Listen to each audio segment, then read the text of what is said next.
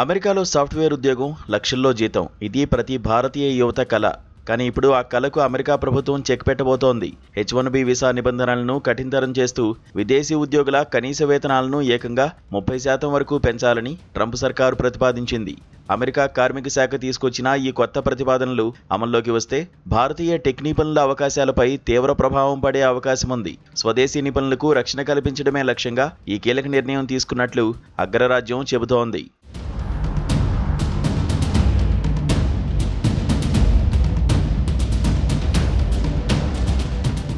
America కంపెనీలు తక్కువ వేతనాలకే విదేశీయులను నియమించుకుంటున్నాయని, దీనివల్ల స్థానిక అమెరికన్లకు ఉద్యోగ అవకాశాలు దక్కడం లేదన్నది ప్రభుత్వం వాదన.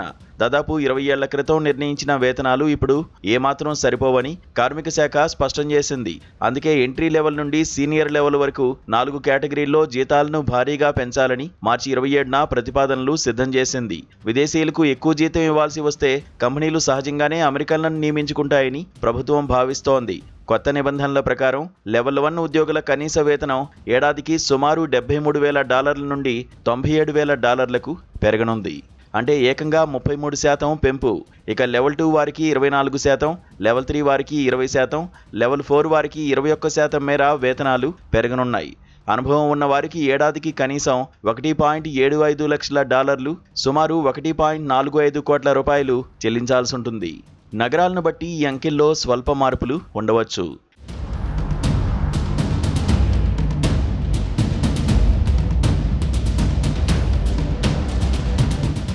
H-1B వీసాలను అత్యధికంగా వినియోగించుకునేది భారతీయులే. ప్రతి ఏటా వేల సంఖ్యలో భారతీయ టెక్ నిపుణులు ఈ వీసా ద్వారా అమెరికా కంపెనీల్లో చేరుతుంటారు. తాజాగా ప్రతిపాదించిన జీతాల పెంపు వల్ల కంపెనీలు ప్రారంభ స్థాయి ఉద్యోగాల్లో విదేశీయులను నియమించుకోవడం తగ్గించేస్తాయి. అంత జీతం ఇచ్చి భారతీయులను రప్పించడం కంటే స్థానికుల్నే ఎంచుకోవడం కంపెనీలకు లాభిస్తుంది. ఫలితంగా చదువు పూర్తి చేసుకుని అమెరికా వెళ్లాలనుకునే ఫ్రెషర్లకు అవకాశాలు చాలా వరకు తగ్గిపోవచ్చు.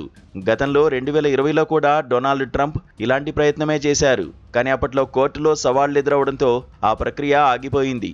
ఇప్పుడు అదే పట్టుదలతో ఈ నిబంధనలను అమల్లోకి తెచ్చేందుకు ప్రయత్నిస్తున్నారు. దీనిపై ప్రజల నుండి అభిప్రాయాలను కోరిన ప్రభుత్వం తుది నిర్ణయం తీసుకోవాల్సి ఉంది.